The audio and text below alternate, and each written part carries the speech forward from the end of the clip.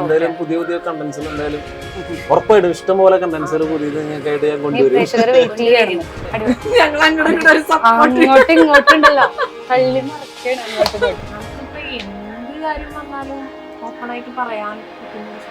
കാരണം ഞാൻ hero type കാര്യങ്ങൾ സാധനങ്ങൾ നമ്മൾ ചെയ്യും. അപ്പൊ അങ്ങനത്തെ കഥാപാത്രം ചെയ്യുമ്പോൾ ഇവർ ഓൾറെഡി ഹീറോ ആയിട്ടുള്ള ഒരുപാട് ആളുകൾ ഹീറോ ആയിട്ട് ഓൾറെഡി ഇൻഡസ്ട്രിയിൽ ഉണ്ട്.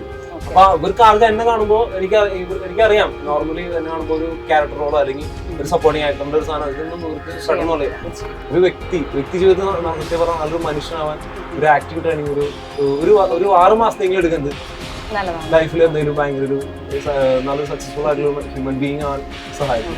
അപ്പൊ എനിക്ക് അത് ആക്സെപ്റ്റഡ് ആണത്. പക്ഷെ അത് ഞാൻ അതാണ് ആദ്യം ചെയ്തിരുന്നെങ്കിൽ ഞാൻ അത് ആക്സെപ്റ്റ് ചെയ്തു. പക്ഷെ എല്ലാവർക്കും വേണ്ടത് ഇതുപോലത്തെ ഇങ്ങനത്തെ ഈ റൊമാൻറ്റിക് ആയിട്ടുള്ള എത്നിക് ഒക്കെ ആയിട്ടുള്ള കണ്ടന്റുകളാണ് ആളുകൾ കൂടുതലും ആഗ്രഹിക്കുന്നത്.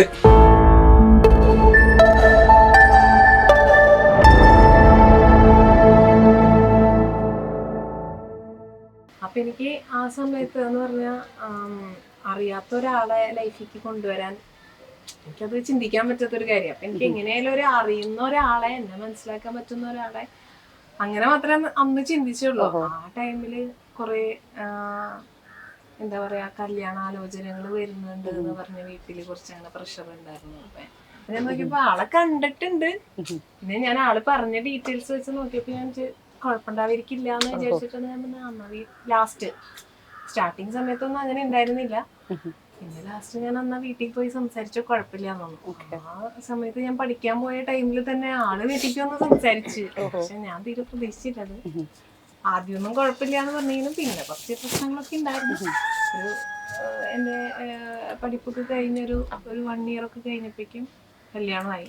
കുറച്ച് ബഹളങ്ങളും ഇതൊക്കെ കഴിഞ്ഞു നീണ്ട കാത്തിരിപ്പിന് ശേഷം കല്യാണമായി. അതെ, അങ്ങനെയാണ് ഇതിലേക്ക് വരുന്നത്. അതെ, അതാണ് ഒരു കുട്ടി ലവ് സ്റ്റോറിയാണ്.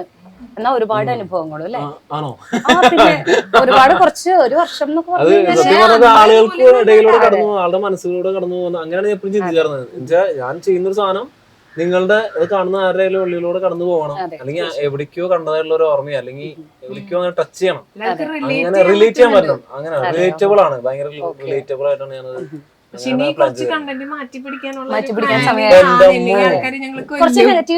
ഒരുപാട് ചീത്തവിളിയൊക്കെ ഉണ്ട്.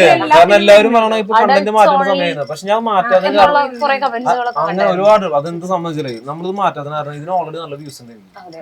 ഇപ്പൊ ഇവര് മാറ്റാൻ പറയുന്നത് എത്ര 500 പേര് കമന്റ് ചെയ്തോട്ടെ മാറ്റം വരുന്നത് ആക്സെപ്റ്റ് ചെയ്യാൻ ഇനി പറഞ്ഞ 2 മില്യൺ 3 മില്യൺ വ്യൂസ് ഉള്ളത്. പക്ഷെ നമ്മൾ ഈ 500 പേരുടെ കമന്റിനേക്കാൾ നമുക്ക് ഇമ്പോർട്ടന്റ് ഇഷ്ടമുള്ള ആളുകളുടെ പിന്നാലെ പോകുന്നതാണ്.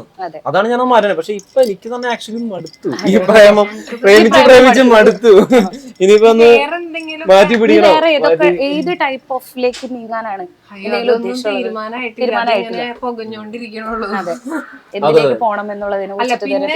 ഞാൻ സത്യം പറഞ്ഞ അതിന്റെ പരിപാടികൾ നടക്കുന്നുണ്ട്. എന്തായാലും പുതിയ പുതിയ കണ്ടന്റ്സുകൾ എന്തായാലും ഉറപ്പായിട്ടും ഇഷ്ടംപോലെ കണ്ടന്റ്സുകൾ പുതിയത് നിങ്ങൾക്കായിട്ട് ഞാൻ കൊണ്ടുവരും. എന്താ പറയാ ഭീഷണിയൊക്കെ ആക്സെപ്റ്റ് ചെയ്യണം. ചിഞ്ചു എങ്ങനെയാണ് റിയൽ ലൈഫിൽ എങ്ങനെയാണ് വിനീതേട്ട? അതെ, അടിപൊളിയാണ്. ഇനി ചിഞ്ചുനോട് ചോദിച്ചോട്ടെ, വിനീതേട്ട എങ്ങനെയുണ്ട്? ചിഞ്ചു അങ്ങോട്ടും ഇങ്ങോട്ടുണ്ടല്ലോ തള്ളി മറക്കാണ് അങ്ങോട്ടും ഇങ്ങോട്ടും. അതെ, അതെല്ലാ ഭാര്യമാർക്കും ഉണ്ടാവും. എങ്ങനെ അതെ വിനീതേട്ട ഒരു എക്സാമ്പിൾ പറയാൻ പറ്റുമോ? അങ്ങനെയൊക്കെ എക്സാമ്പിൾ ഒക്കെ ചോദിച്ചപ്പോ എന്നിട്ട് പറയാ വഴി കൂടി നടന്നു പോകുന്നു, അപ്പുറത്തെ ഒരു പെൺകുട്ടി പോകുന്നു, ലോക്കൽ സ്ഥലങ്ങളല്ല. പിന്നെ എങ്ങനെയുള്ളതാണ് അതിലൊക്കെ ഞാനോട് വായി നോക്കിയോളാം, ഞാൻ നോക്കിയാലും അത്ര ഉള്ളു, അല്ലാണ്ട് വേറെ ചെയ്യുന്നില്ല. അങ്ങനത്തെ പ്രശ്നമൊന്നുമില്ല. വേറെ എന്താ പറയാ എപ്പോഴും ഞാൻ വേണം എന്നുള്ള സാധനം എപ്പോഴും അങ്ങനത്തെ ഒരു ഇത് എനിക്ക് തോന്നിയിട്ട് എപ്പോഴും ഞാൻ വേണം. പുള്ളിയുടെ ഒരു ബലം സ്ട്രെങ്ത് ഞാനാണെന്ന് എനിക്ക് തോന്നിയിട്ടുണ്ട്. അങ്ങനെ ഒരു സാധനം കാരണം എന്താന്ന് വെച്ചാല് നമുക്കിപ്പോ എന്ത് കാര്യം വന്നാലും ഓപ്പൺ ആയിട്ട് പറയാൻ പറ്റുന്ന ഒരു സ്പേസ് ആണ്. അതെ. ആരുടെ അടുത്തും അങ്ങനെ പറയാൻ പറ്റാറില്ല. എനിക്ക് എന്തെന്ന് വെച്ചാൽ എനിക്ക് ഈ എന്ത് പൊട്ടത്തരാണെങ്കിലും ഇനിയിപ്പൊ എനിക്ക് തോന്നാൻ പാടില്ലാത്ത എന്തെങ്കിലും കാര്യമാണെങ്കിൽ പോലും എനിക്ക് പറയാൻ പേടിയില്ല. ഞാൻ പറയും. വേറെ ആരുടെ അടുത്തും ഞാൻ അങ്ങനെ ഷെയർ ചെയ്യാൻ, എനിക്ക് വേറെ ആരും ഉണ്ടായിരുന്നില്ല ഷെയർ ചെയ്യാൻ. അച്ഛൻ്റെ അമ്മയുടെ അടുത്താണെങ്കിൽ പറയുന്നതിനൊക്കെ ഭയങ്കര ലിമിറ്റേഷൻസ് ഉണ്ട്. ഒന്നും പറയാം, അവര് അച്ഛൻ അമ്മ എങ്ങനെ നിക്കുന്നോ ആ ഒരു സ്റ്റാൻഡ്. ഞാൻ അച്ഛനും അമ്മയാണ്, നീ മോളാണ്, ആ ഒരു ലെവലാ. എനിക്കിവിടെ എന്റെ മോളാണോ? അല്ലല്ല, ഞങ്ങൾ 3 പേര്. എനിക്കിവിടെ എന്റെ ഹസ്ബൻഡ് ആണെന്ന് എനിക്ക് തോന്നിയിട്ടേ ഇല്ല. ഭയങ്കര ഇഷ്ടമുള്ള ഒരു കാര്യം. അല്ല, ഞാൻ എപ്പോഴും നമ്മൾക്ക് എല്ലാവരും മനുഷ്യന്മാരല്ലേ, പലതും പല തോട്ട്സുകളും പല കാര്യങ്ങളും പല ഇതുകളെല്ലാം നമുക്ക് വരാം. നമ്മളൊരു ആക്ച്വലി ഒരു അനിമലാണ്. അപ്പൊ അത് വെച്ചിട്ട് ഞാൻ ചിന്തിക്കാറില്ല എപ്പോഴും. അങ്ങനെ ചിന്തിക്കുമ്പോ എല്ലാം അക്സെപ്റ്റബിൾ ആണ്, എല്ലാം ഓക്കെ, സംഭവിക്കാം, ഓക്കെ സംഭവിച്ചോട്ടെ, കുഴപ്പമില്ല, നമുക്ക് അടുത്ത നമുക്ക് എന്ത് ചെയ്യാം, അങ്ങനത്തെ ഒരു നെക്സ്റ്റ് നമുക്ക് എന്തായാലും മുമ്പോട്ട് പോയേ പറ്റും. അപ്പൊ ആ ഒരു ലൈനിലൊക്കെ ചിന്തിക്കുമ്പോ എല്ലാം സിമ്പിൾ ആയിട്ട് എടുക്കുന്ന ഒരു എല്ലാം സിമ്പിൾ ആയിട്ട്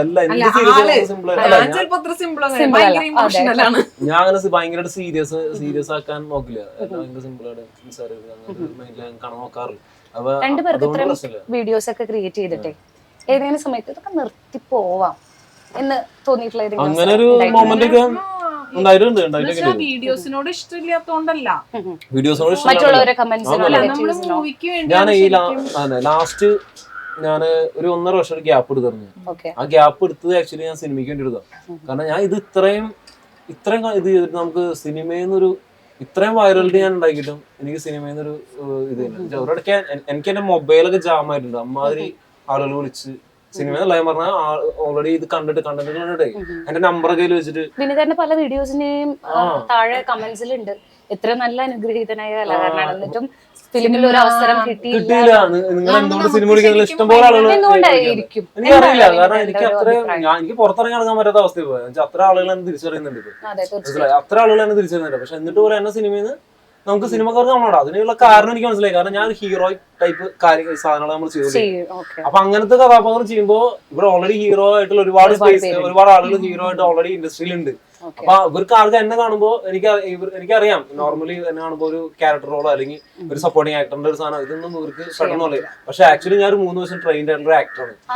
ഞാൻ നാഷണൽ ലെവലിലുള്ള ഒരു ഇൻസ്റ്റിറ്റ്യൂട്ട് പാസ് ആയിട്ടുള്ള വ്യക്തിയാണ്. അപ്പൊ എനിക്ക് അറിയാം ഇനി വേറൊരു കഥാപാത്രം ചെയ്യാനും എനിക്ക് വ്യക്തമായ ധാരണയുണ്ട് ഒരു കഥാപാത്രമായി മാറാനും. അതെങ്ങനെ അതിന്റെ സ്വഭാവവും അതിന്റെ കാര്യങ്ങളെല്ലാം മാറ്റിയെടുക്കാനും നമ്മുടെ ഒരു ക്യാരക്ടറൈസേഷൻ മാറ്റിയെടുക്കാനും നമുക്ക് നന്നായിട്ട് നമ്മൾ അതിന്റെ ഒരു ട്രെയിനിങ് എടുത്തിട്ടുണ്ട്. ട്രെയിനിങ് എന്ന് പറയുമ്പോൾ പലർക്കും പുച്ഛം ആക്ച്വലി. പക്ഷെ ട്രെയിനിങ് സത്യം പറഞ്ഞ ആക്ടിങ് ട്രെയിനിങ് എല്ലാവർക്കും ആവശ്യമാണ്. അത് നല്ലൊരു മനുഷ്യനാവാൻ ഉപകരിക്കും.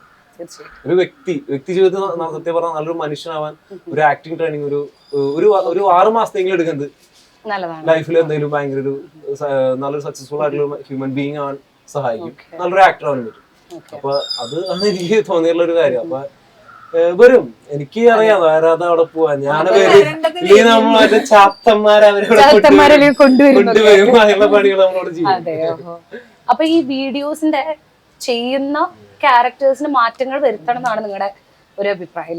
ഇപ്പൊ ചെയ്തുകൊണ്ടിരിക്കുന്ന ക്യാരക്ടേഴ്സ് ഒരു എന്താ പറയാ കാമുകൻ എന്നതിൽ നിന്ന് മാറ്റി എന്തെങ്കിലും ഈ ഹീറോയിക് സാധനം ആണ്. പക്ഷെ എന്നെ സംബന്ധിച്ച് എനിക്ക് ഇനി ഞാൻ എത്രയും ചെയ്താലും ആളുകൾ ചിലപ്പോൾ ഞാൻ എന്നെ അങ്ങനെ ആക്സെപ്റ്റ് ചെയ്യും. കാരണം ഞാനിപ്പോ എത്ര മാറ്റി ചെയ്യാൻ ശ്രമിച്ചാൽ ആളുകൾക്ക് ചിലപ്പോ അതായിരിക്കും വേണ്ടത്. അത് പറയാൻ പറ്റില്ല. അതിന് ചെയ്ത് നോക്കി തന്നെയാണ് അത് ഞാൻ മാറ്റി ചെയ്തിട്ടുണ്ട്. മാറ്റി ചെയ്തിട്ടുള്ള മയക്കം എന്ന് പറഞ്ഞാൽ കോലാഹലം മയക്കം 2 എപ്പിസോഡിലും ചെയ്തിട്ടുണ്ട്. പക്ഷെ അതിൽ കോലാഹലം ഭയങ്കര ആക്സെപ്റ്റ് ചെയ്തു. പക്ഷെ മയക്കം അത്രയും ആക്സെപ്റ്റ് ചെയ്തെങ്കിലും നമ്മളിപ്പോ ഈ ഒരു കണ്ടന്റ് ചെയ്യുമ്പോ ഒറ്റടി ചിലപ്പോ ഒരു 2 ദിവസം കൊണ്ട് 1 മില്യൺ ഒക്കെ അടിച്ചിട്ടുണ്ടാവും. കോലാഹലം എന്ന് പറഞ്ഞ ഒരു ടൈം എടുത്ത് അതൊരു ഫാമിലി ഓറിയന്റഡ് ആയിട്ടുള്ള ഒരു ഇതാണ്. സംഭവം രസമാണ്.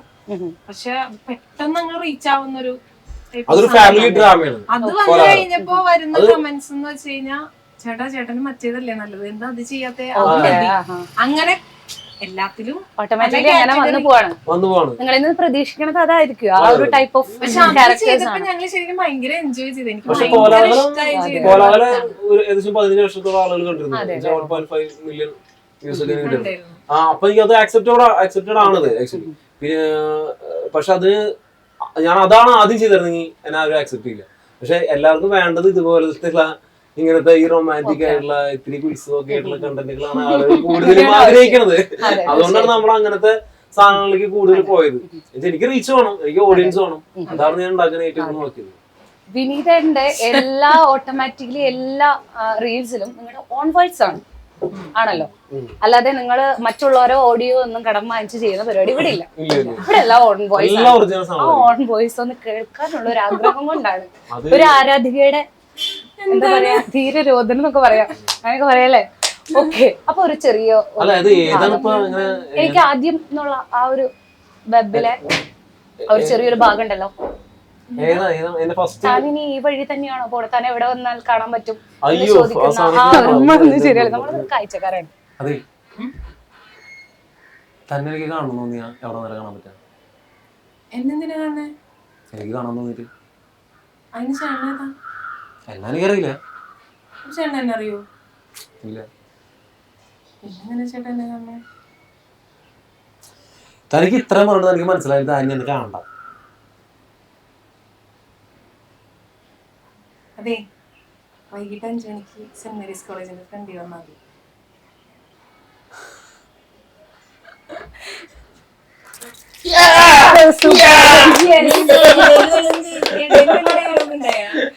അടിപൊളി അടിപൊളി. ആദ്യമായിട്ട് കണ്ട് ഒരുപാട് ഇഷ്ടപ്പെട്ട ഒരു റീല് ലൈവായിട്ട് കാണാനായിട്ട് ഒരു ഭാഗ്യം കിട്ടി. നൈസ് ഇടും രണ്ടുപേരും, അടിപൊളിയായിട്ടുണ്ട്. ഒരു റീലിന്റെ പിന്നിൽ എത്ര മാത്രം എഫേർട്ട് ഉണ്ടെന്നുള്ളത് ഇപ്പൊ മനസ്സിലായില്ലേ? എനിക്കൊക്കെ മനസ്സിലായി. ഇപ്പൊ നിങ്ങൾ പിന്നെ ഓൾറെഡി ടേക്ക് ഒക്കെ എടുത്ത് നിങ്ങൾക്ക് ഓൾറെഡി സെറ്റ് ആയ ആൾക്കാരായി. അതെ, ഓഹോ, ദാറ്റ്സ് റിയലി നൈസ് ഗൈസ്. അടിപൊളി, ഭയങ്കര ഇഷ്ടപ്പെട്ടു.